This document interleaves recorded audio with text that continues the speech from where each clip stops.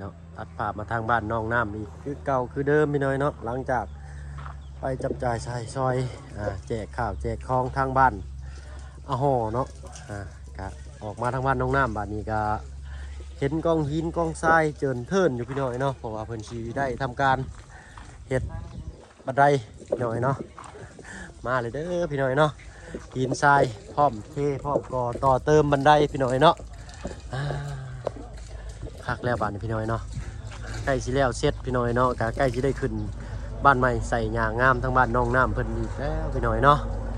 เป็นจังได๋ก็เป็นกำลังใจติดตามรับชมไปนำกันพี่น้องเนาะ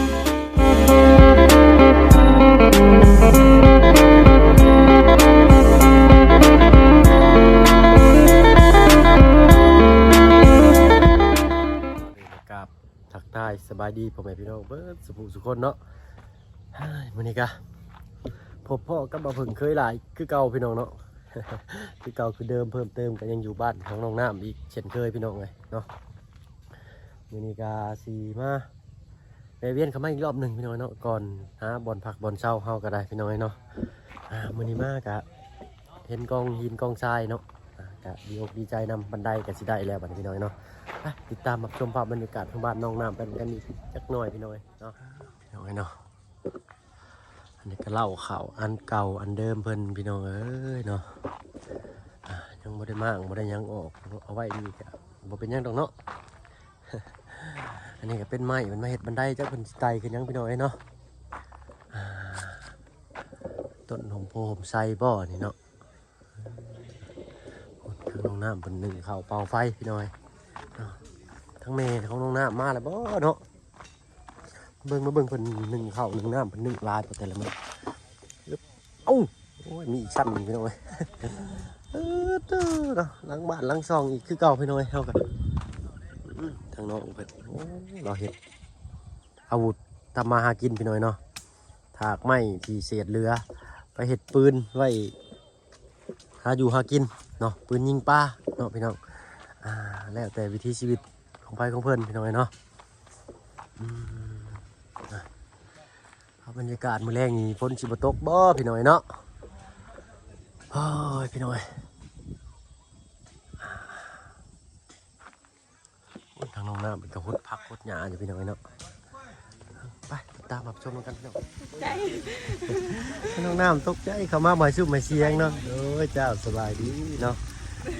สดใสคือเก่าคือเดิมพี่น้อยเนาะมื้อนี้เพิ่มเติมบ่มีหยังมุมเดิมพี่น้อยเนาะพุ้พักพุ้หญ้าเพิ่นเนาะมื้อนี้คือว่าทางบ่บุญเพิ่นซื้อเมล็ดพันธุ์พักเข้ามาเพิ่มเติมให้ทางน้องน้ำเพิ่นอีกเนาะเป็นได้น้องน้ำผักบุ้งเจ้าทางน่ะพี่น้อยเฮ็ดสวนใหม่อีกเนาะเขาหลวงล่ำเขามาทางอันเขตสวนพักเพิ่นพี่น้อยเนาะ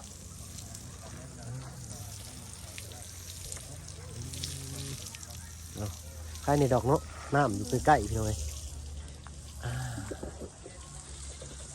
กล้วยพีนี่นะเอาไว้ขึ้นเฮือนพี่น้อยเนาะพักอันนี้ก็เริ่มขึ้นเลยพี่น้องบุ้งนี่ใส่เบิร์ดบอลน้องน้ำอันขออนุญาตอันพิษมากระเบิดเนี่ยน้องละ ใกล้สิแล้วหรือบ่ยังน้อยหนึ่งเนาะไฟไหม้หดเข้าบ่ฮะ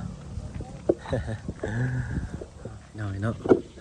มาร้อยเบิ่งข้างสวนพักน้องน้ำเพิ่นพี่น้อยเนาะผักบุ้งมือนะมาเบิ่งซื้อเข้ามาให้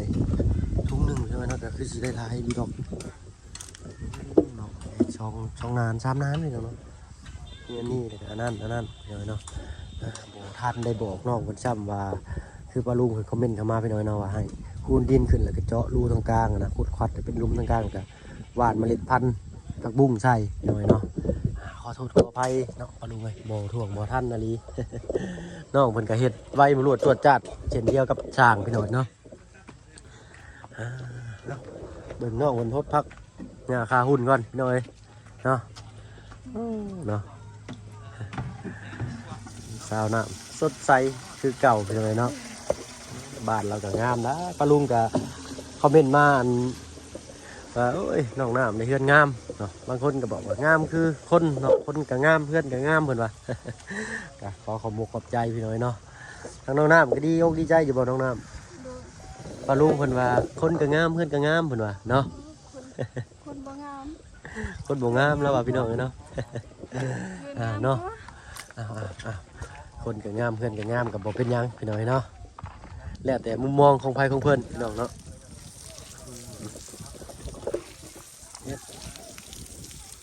ยามมื้อเช้าก็ฮดบ่น้องล่ะ บ่เด้อย ามมื้อเช้าก็ได้ฮดแต่ยามมื้อแลงเนาะ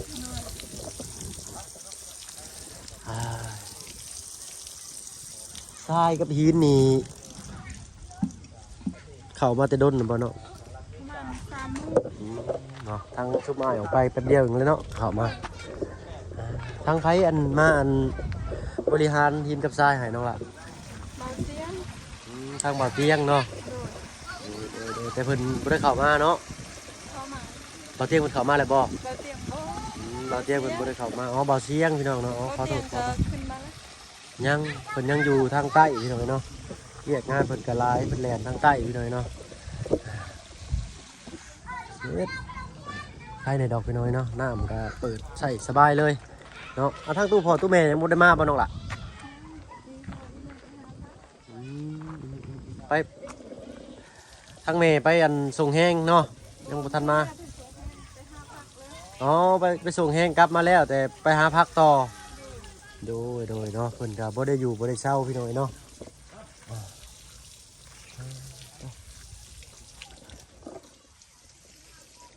สิแหละพี่น้อยวิถีชีวิตแบบบ้านๆเนาะก็บ่ได้มีหยังหรูหราเนาะมีเฮือนส้นเฮือนเช่ามีข้าวกินก็ดีอกดีใจแล้วพี่น้อยเนาะบางคนก็แทบสิบ่มีเลยก็บ่มีอีหลีได้พี่น้องเนาะพอมาเห็นทั้งน้องน้ำเพิ่นตอนช่วงเพิ่นเฮือนเชก็โอ้ยต้นสงสารพี่น้อยเนาะทางทีมงานเนาะกำลังไล่กันเข้ามาเนาะพักดันให้น้องเพิ่นเนาะจนมาถึงทุกวันนี้เนาะวันนี้น้องเพิ่นก็สมที่ครับเฮาอยากมอบเพื่อหลังนี้ให้เพิ่นเนาะผมเป็นเฮาดอกเนาะทางป้าลุงทางผู้ใหญ่ใจดีเพิ่นเนาะทางเฮาก็ได้แต่เป็นกระบอกเสียงอันเล็กๆน้อยๆพี่น้อยเนาะได้ถ่ายทำให้พี่น้องเบิ่งเนาะก็ขอมุกขอบใจทางผู้ใหญ่ใจดีเพิ่นที่เลี้ยวเห็นเนาะน้องเพิ่นก็บ่มีหยังตอบแทนมีแต่แห้งกายแล้วก็ห้อยยิ้มแล้วก็แห้งใจเพิ่นสู้พี่น้อยเนาะก็ปลูกผักปลูกหญ้าผักหญ้าคาหุ่นก็ปลูกให้มันขึ้นมันงามเด้อน้องน้ำ โดย ป้าลุงเพิ่นได้เห็นก็โอ้ยสมแล้วที่มอบที่ไม้ให้เนาะ คนเฮานี่เว่าอีหลีได้พี่น้อยเนาะถ้าเอาสิ่งของหยังให้เพิ่นนี่ก็คันเห็นเพิ่นรักษาดูแลดีนี่ก็คนให้นี่ก็ดีใจเนาะคันเอาไปแล้วบ่รักษานี่ก็บ่อยากดีใจปานใดพี่น้องเนาะเอาให้อะนะเนาะนี่ก็สุดแล้วแต่เพิ่นบัดนี้เนาะเพิ่นก็คือสิรักษาดีอยู่ดอกพี่น้อยเนาะทางน้องน้ำเพิ่นนี่ก็สุดยอดเลยแหละเนาะเพราะว่ามาแต่ละเทื่อนี่โอ้ตารางเงินตารางชานนี่บ่มีหยัง หกเพื่อเลยพี่น้อยเนาะแป้นเอิดเติดทางน้องน้ำเราเฮ็ดคือว่าสุดยอดเลยพี่น้อยเนาะ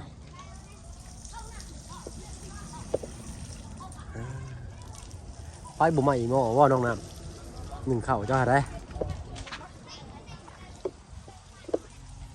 ดีเนี่ยแต่น้ำอยู่ใกล้เนาะติดกับพายแต่ดินเนี่ยเป็นดินนั่นดินโป่งดินดากบ้านเราดินดากเลยเนาะถ้าเป็นดินคุยๆคืออันคือดินเห็ดไฮเห็ดยังนี่ก็สิขับอีกแล้วพี่น้องเนาะน้องหลานยังไม่ได้ใส่ปุ๋ยตีเนาะนี่ ยัง คือสิบ่ได้ใส่ดอกเนาะ ไว้ใช้ เอาแบบธรรมชาติออร์แกนิกเลยเนาะเรียบร้อยพี่น้อยเนาะหนึ่งข้าวหนึ่งน้ำแล้วก็ควันถ่วนอยู่เนาะไปเราย่านได้ค่อยนี่ไปใหม่มาหนึ่งบ้าหอมห้อยๆพี่น้องเอ้ยเนาะ เอาใส่ สนามลายอยู่บ่น้องล่ะหนึ่งลายอยู่บ่เข่าทางบ่อเพิ่งไปเปิดเบิ่งคือบ่เห็นเข่าเห็นแต่ฟ้าหมอ2 อันเลย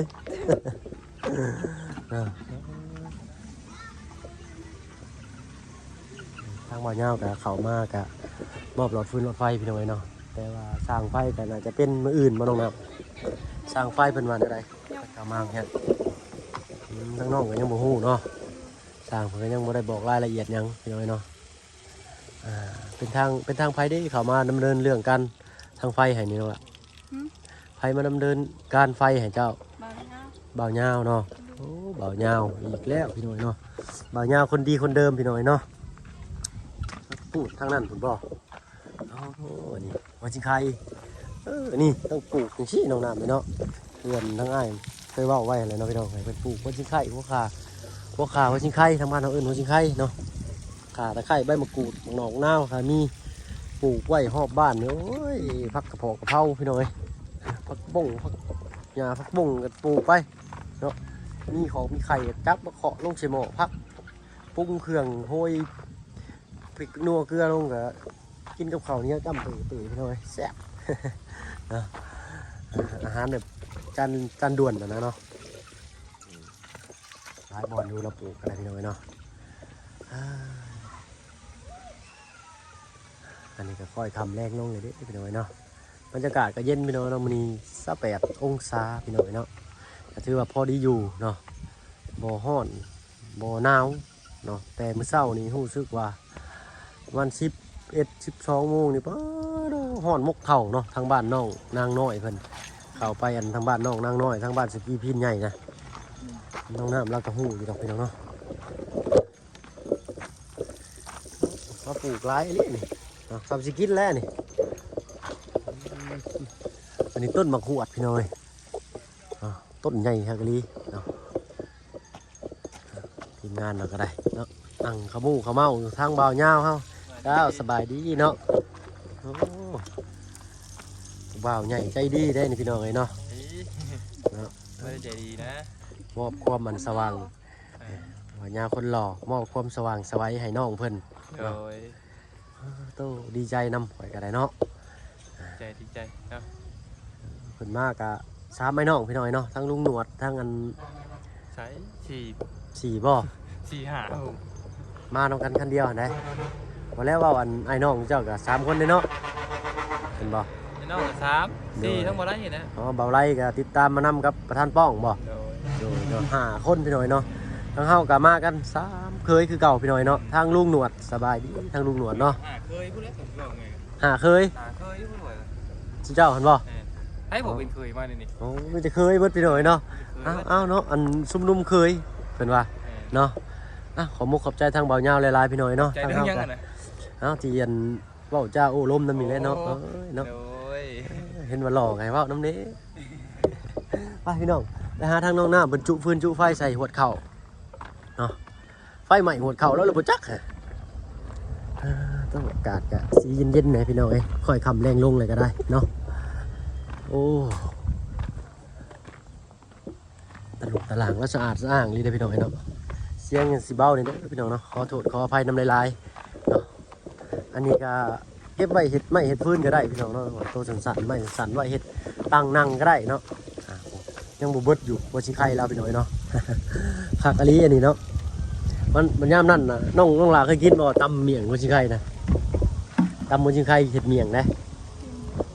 ซิงไข่แมนตำมูตะไข่ตำมูชิไข่นะเป็น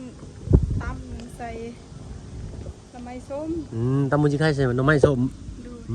ว่ามาน้ำลายแตกพี่น้อยเนาะแล้วเอาเกลือจ้ำกินกับข้าวเฉยแซ่บเลยเนาะต้องมาเพิ่งผัดหมักตำเป็นตำเมี่ยงตำมูชิไข่เนาะพริกเกลือเป็นนัวลงกับปลาแดกน้อยหนึ่งตำมันละเอียดแล้วก็เอาหมักกระถินนะหมักกระเสกยุบออกมาน้ำลายแตกพี่น้อยเนาะทางหมอเข่าแล้วก็ลูกวุ่นๆใช้ตรงหน้ามันไหมเนี่ยนะนี่ฮะ1 ล้านยี่บ่มันนี่คอยมาลักเปิดเบิ่งอะไรตรงน้ำกำลังจะขึ้นหน้าพี่น้อยเนาะ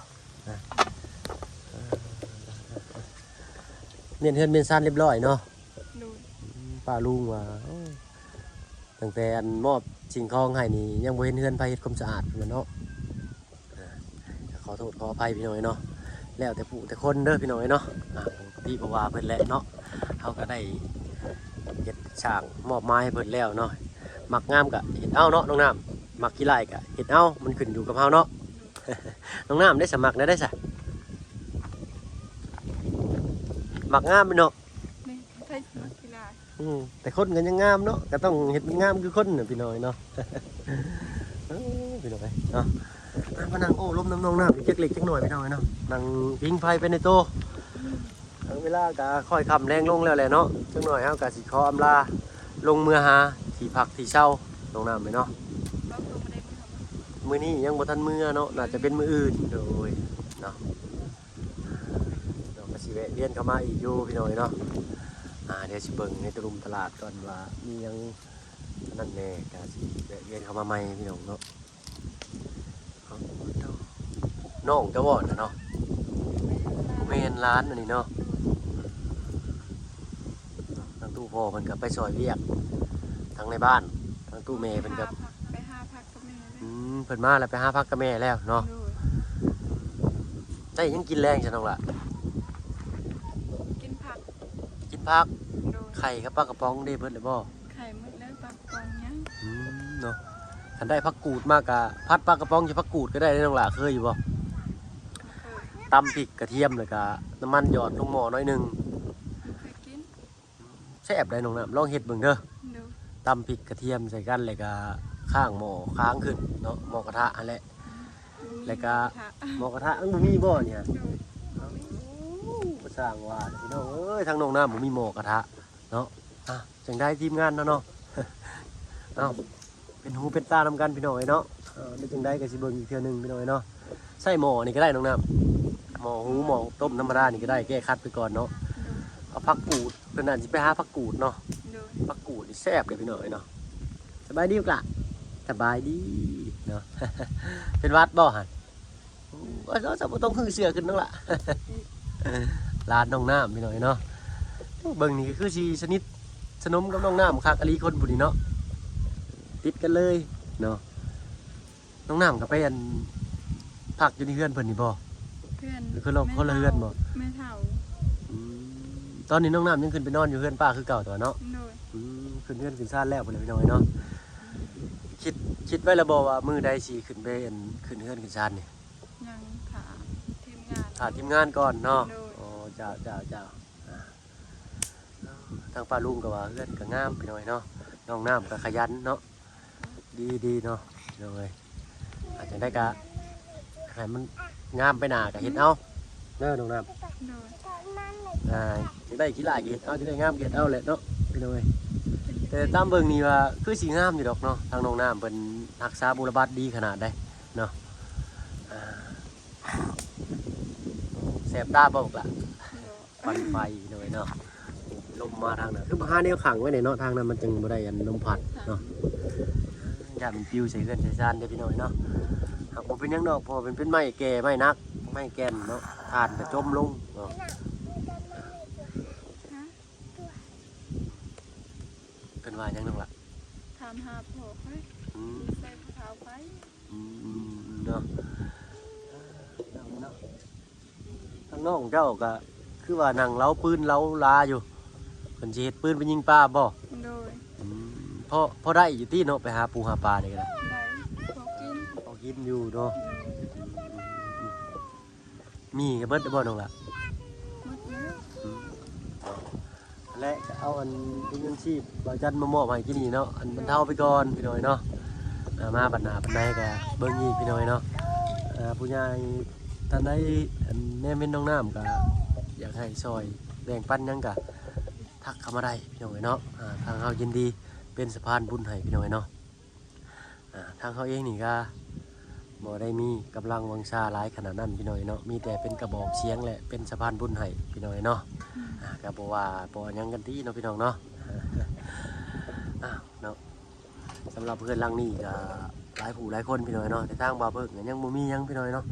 ยังบ่ได้มีหยังมาอันสมทบเพิ่นเนาะมีแต่เหือแห้งกายแห้งใจเนาะที่สิมาเก็บภาพบรรยากาศให้พี่ให้น้องนะครับได้ชมอีกมุมมองหนึงเนาะพี่น้องสำหรับคลิปนี้ก็คือสิบ่มีหยังหลายพี่น้องเนาะมาเยี่ยมมายามทั้งน้องน้ำก่อนตาวคืนเนาะก่อนจุดงเนาะแม่นบ่น้องน้ำจุดงเนาะก่อนจุดงก็แวะเข้ามาเล่นมาแอนน้ำเพิ่นเนาะเห็นรอยยิ้มสีหน้าสีตาสดใสเพิ่นก็ดีใจพี่น้องเนาะทางพี่น้องป้าลุงเพิ่นก็เห็นน้องน้ำสดใสป้าลุงเพิ่นก็ดีใจเลยน้องหลาเพิ่นเบิ่งกันเนาะมีหยังจะฝากบอกเพิ่นบ่น้องหลาแนวใดก็ได้อันคมในใจเจ้านะ แนวใดก็ได้ในความในใจเจ้านะแบบว่า บอกปลาลุง โดย ขอบใจ ที่ว่านั่งเบิ่งเจ้าอยู่นะ ขอบใจ คนย่องเพิ่นร้ายได้นี่ ขอบใจทางผู้ใหญ่ใจดีเด้อ โดยเนาะ หมดสุขูสุขคน โดย และทาง FC น้ำขอให้อยู่ดีไม่แห้งขอให้ร่ำขอให้รวยพัฒนาสิ่งใดขอให้ได้สิ่งนั้นกบเจ็บมาให้ได้ความใครอย่าให้มีสาธุและขอบใจนำทีมงานนำเด้อ โดยเนาะ สุขคนขอให้อยู่ดีไม่แห้งขอให้ร่ำขอให้รวยพัฒนาสิ่งใดขอให้ได้สิ่งนั้นความเจ็บมาให้ได้ความใครอย่าให้มีสาธุ ดูเนาะโอ้หวานจ้อยพี่น้องเอ้ยเนาะ อ้าวฟังเลยลื่นหูดีพี่น้องเนาะถึงเสียงสิบ่ดังแต่ว่าเฮาสัมผัสได้เนาะอ่ะน้องน้ำอ้ายก็สิขอตัวลาไปทางอื่นก่อนเนาะ สบายดี โดยสบายดีเนาะน้องละอ่ะอันเขาไม่ขึ้นแน่เนาะอ่ะเบิ่งหดเข่าหดน้ำเนาะยันอัน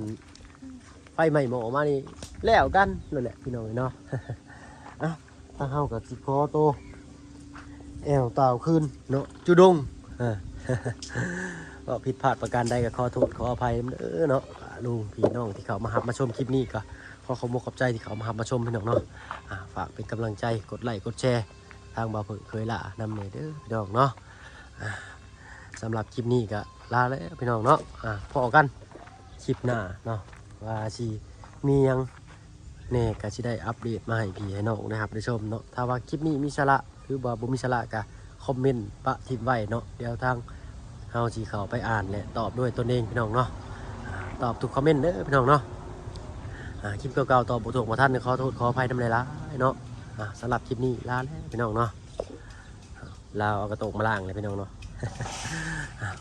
สบายดีพี่น้องเลยเนาะ